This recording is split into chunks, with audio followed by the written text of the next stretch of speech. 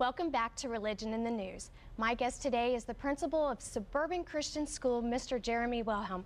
Welcome to the show, Mr. Wilhelm. Thank you, Lori, for having us. Yes, thank you for coming on. I would like for you to talk to us a little bit about Suburban Christian School, maybe how long it's been around, some of the special things that you guys have. Sure. Suburban Christian School is a preschool, kindergarten, middle school, and high school located on the south side of Indianapolis, about a mile west of the Greenwood Park Mall. We've been there since 1975 and have a thoroughly Christian approach to education. Okay. What type of system do you guys use to teach with? We have a traditional classroom taught system. We use a Christian curriculum called Abeka, which has been around for a number of years. And in the early grades, it relies a lot on phonics-based approach to reading, the development of math skills, and of course builds on that through the elementary into the high school program. Okay. And then what kind of things throughout the year, sports, extracurriculum, things does the school have to offer? Sure. We've got a variety of things to help educate the entire student, we would like to say, so socially and spiritually as well as academically and physically. We have an athletic program, we have soccer and volleyball as well as basketball and cheerleading. Our students are able to participate in fine arts programs, so speeches and art programs, as well as we usually have a spring drama that is put on by the high school students. So quite a few things available to them. Okay.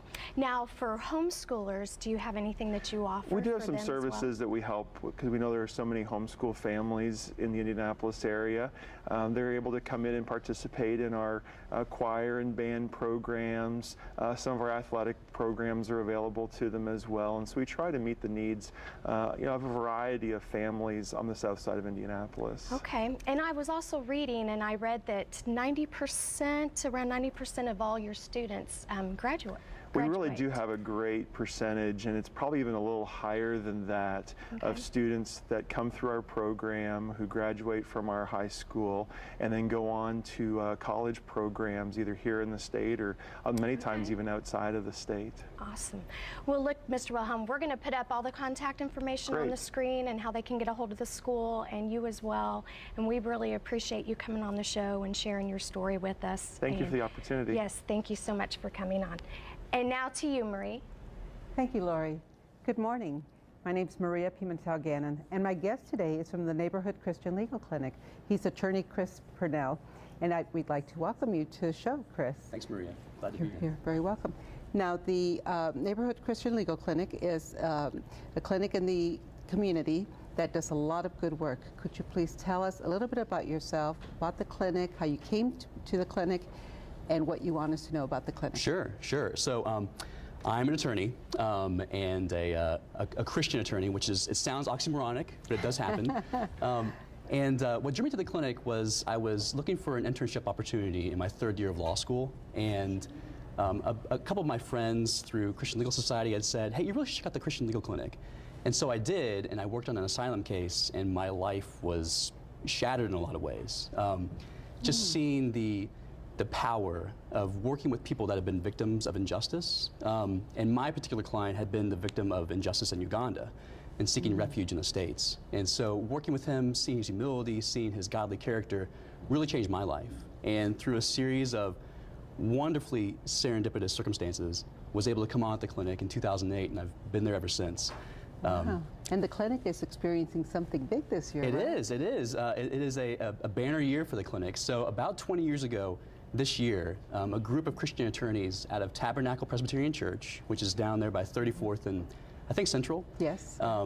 They heard a sermon on Palm Sunday that was a call to create a Christian legal clinic, but also a Christian medical clinic, both of which are still saying today. So for those ministers watching today that think their words have no power, take heart, because things do change. But the clinic, it's grown over the years. We have 40 staff members, 2 offices, one in Indianapolis, one in Fort Wayne. And our main practice areas, we do a lot of work with immigration, working with refugees, potential asylees, folks that may have lapsed documentation, whatever. We do a lot of work with housing, so foreclosure prevention, fair housing work. And we do a significant amount of work with ex-offenders who are trying to reenter society after being away for a long time. So those are just 3 main programs. Our community-focused work now is focused on abandoned housing. So we just recently got a grant through the Fair Housing Center of Central Indiana to help work with communities that have a really deep and kind of entrenched problem with abandoned housing. So we're hoping to really help stem the tide with that issue.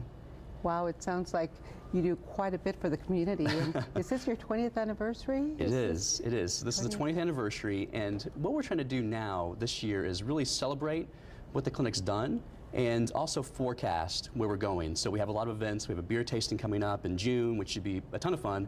We have some volunteer appreciation events, and we have our big signature event in October. So we're really excited. We're really excited for you. Thanks for being here, Chris. And You're so welcome. we can go to the website for more information. Absolutely, correct? absolutely. Thank you very much. Back to you now, my friend. Thanks, Maria. Good morning, I'm J.R. Ryder. My guest today is from the Church Federation of Greater Indianapolis, William Engel. Welcome to our show. Thank you, JR. I'm pleased to be here and enjoy the time with you. Well, you know, as always, every show we have our sponsor, the Church Federation, come on and tell us about these exciting events going on in 2014. You are the project development coordinator. Talk to us about what's going on. You have some things coming up. Well, yes, I do, and I'm very happy to be associated with a faith extravaganza coming to Indianapolis in June on the 13th. It's really a unity of faith concert, and many times when we think of going to concerts, especially at a place like the Palladium, we expect a headliner, we expect a big name, a musical draw. But in this particular case, the Church Federation is doing something very unique, and it's involving letting all of the people of the faith community, the lay people involved in the community, be part of this. And so my emphasis is really to bring together large musical forces, which would include large choir, orchestra, handbells, youth choir, world percussion, Wow. new pieces, older pieces, something. I just want to make a couple of quick illustrations for you. Obviously, when everybody in Indianapolis would come together, they don't all have the same worship experiences when you're considering Absolutely. Protestants, Roman Catholics, Orthodox, all of the Christian community. However, we wanted some ways to unify this. So there would obviously be maybe some traditional song like Joyful, Joyful, we all know. But then we're going to have a piece from Argentina, give us a global perspective, a part of the Mass. Then the last thing is a brand new piece being written by a wonderful composer at BYU who have something brand new, and will be able to take home all of these pieces from all of these organizational, cultures and musical, organizations. and the musical groups. So this is kind of a smorgasbord, if you will, It is. of musical taste and worship. Give us that date again on that event. And The date is Friday, the June 13th, Okay, so that'll be at coming the up. Palladium, 7:30. There'll be a wonderful auction of wonderful items available earlier in the evening.